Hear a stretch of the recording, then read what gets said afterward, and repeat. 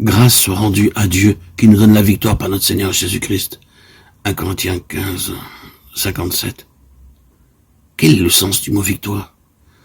La victoire n'est pas seulement la disparition des manifestations du mal, mais la suppression de la cause profonde du péché. Pour être victorieux, nous ne devons plus rien dissimuler. Nous n'appelons pas toujours le péché par son nom.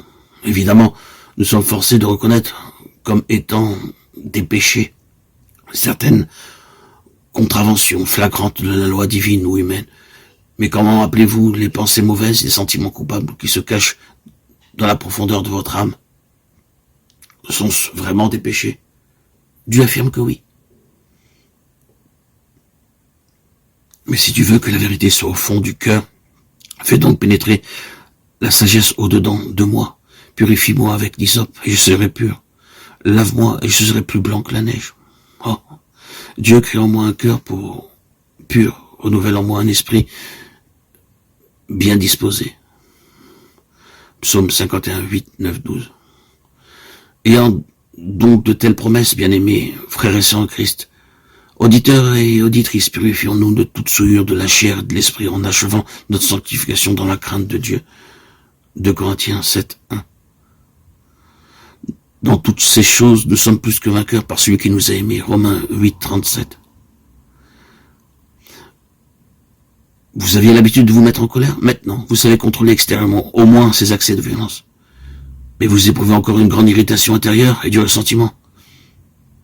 Est-ce la véritable victoire? Quelqu'un vous dit une parole méchante ou injuste. Vous ne répondez rien et apparemment, restez calme.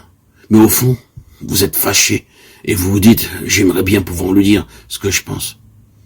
Est-ce là la délivrance du péché? Une jeune fille de 16 ans vint à une de nos réunions où nous parlions de la victoire complète sur le péché. Elle vivait avec une tante d'humeur difficile qui la grondait toujours. La jeune fille rentrait souvent très tard du lycée. Et lorsque sa tante la reprenait, un peu sévèrement peut-être, elle répondait impoliment. Elle quitta la réunion résolue de rentrer toujours à l'heure et de ne plus répliquer. Elle fit part de ses résolutions à sa tante, qui resta sceptique.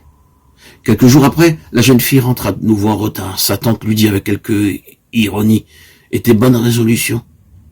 La jeune fille ne répondit rien. C'était une belle victoire en vérité, car quelques jours plus tard, la jeune fille m'écrivit ceci. « Maintenant je sais ce que c'est la vraie victoire, car quand ma tante m'a grondé, non seulement je n'ai pas répliqué, mais je n'avais même plus envie de le faire. » Quelqu'un vous a fait un tort, vous ne dites rien, vous ne cherchez pas à vous venger, mais au fond, vous en voulez à cette personne, et s'il lui arrive malheur, vous n'en êtes pas trop fâché. L'esprit qui vous anime est-il celui d'un